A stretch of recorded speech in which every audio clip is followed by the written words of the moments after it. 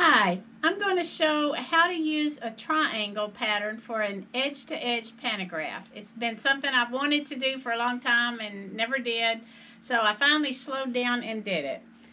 This is the end result. This is actually the row above, and this is the row below. So I'm going to show you how to put it together. And I'm using beginnings because you can only do 2 rows at a time, and you'll label 1 row odd and 1 row even, or I should say one zone of 2 rows. So using beginnings, I'm going to go ahead and give 2 rows, and I will give we'll just say it's 40 inches wide, and the total height, I'm going to only give it 3, but that'll make sense in a minute. And you know what? I'm not going to do that right now. I'm going to give it bigger. I'm going to say 8, because right now we're only wanting to see how would the triangle look. So we'll select a pattern and we'll go into the triangles that come with QCT, and we'll just picking random ones. I'm going to open that one. Okay, and now this second one, so I'm going to tap on alternate. I'm going to flip it. Okay, I'm going to flip it, and we'll go ahead and just add some more patterns.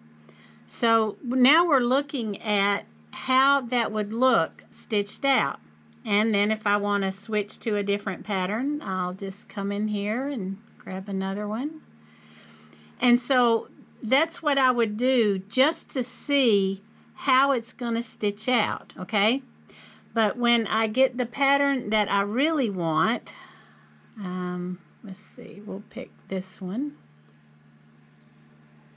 Then what I have to do is this top row, so I'm going to tap on alternate, and now this one is selected with the red things on the ends. I'm actually going to flip this one, so I'm going to tap on flip there and flip it.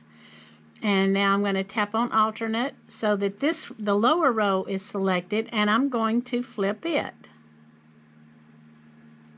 I have to get it back so that it's got the top dot there. It was still holding in another spot because of flipping the other one.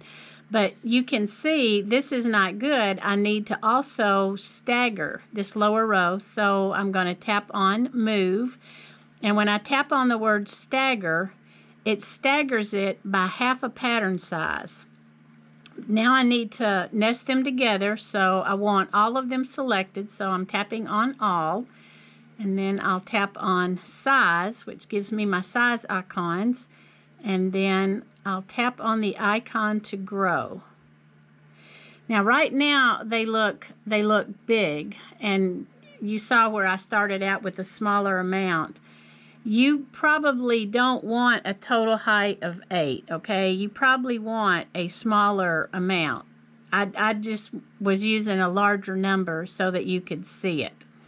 So I have been using this pattern. You need to save it 2 different ways.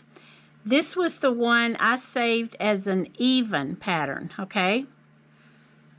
Because as you quilt down, you're going to switch back and forth. So you would want this saved as the even pattern, and I'm going to show you why. I'm going to tap on the alternate and get the top row selected, and here's what I'm going to do. I'm going to tap on move and stagger, and I'm going to stagger that top row now. So tapping on stagger. And as you can see, the bottom row is messed up now. So we'll tap on alternate and get it selected. And I'm going to tap on stagger.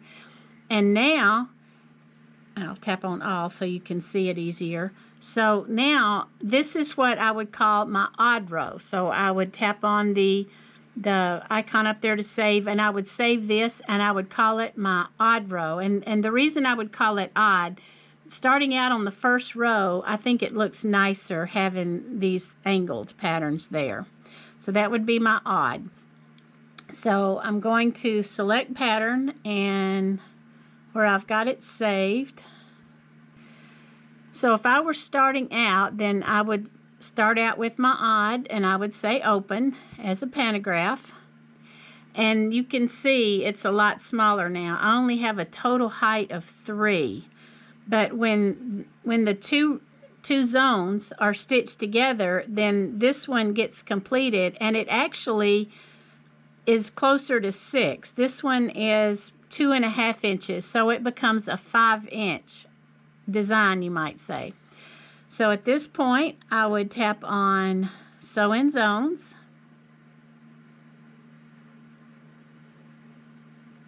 And you would save it here. I would save. I'm going to say no because I've already saved it. But now you're just going to place it like you normally would with whichever choice you want. I almost think that center is a safer choice, because if you get off, it's noticeable. So I really don't recommend this for somebody who's brand new to beginnings. I think someone who's used to using beginnings and used to how the whole placing of a zone works. When you're using 4-point, if you don't use the exact spots and you need to fudge a little, this isn't the place to be fudging. This is where you need to use the exact point that QCT gives you every single time. So using this, I've already stitched it out, and I mark over in the batting there that this is odd, and then I'll stitch that out, those 2 rows out, and then I need to go back to the Panto stacker screen and open my even file that I had saved, and then stitch that, and then you're just alternating back and forth. So this may be something you think, Janet, you're so crazy, I will never do that. Like I said, it was just something I wanted to try out. But you do have your two different ones. So once this is stitched out, then I would go back here, and then I would say select pattern, and then I would pick my even one. I would say even and open as a pantograph, and now it's flipped it and it's ready to stitch again. I don't think you can see it very well. You might can, but it just makes a really cool quilting pattern. So I just had to try it out and see if I could do it, and it is a test to make sure you're lining things up pretty even, because even the little slightest bit that you're off will show. But this is for a kid, and they could care less if that matches or not. And I just thought it looked neat, and I just wanted to try it out. So I hope you found this fun and informative.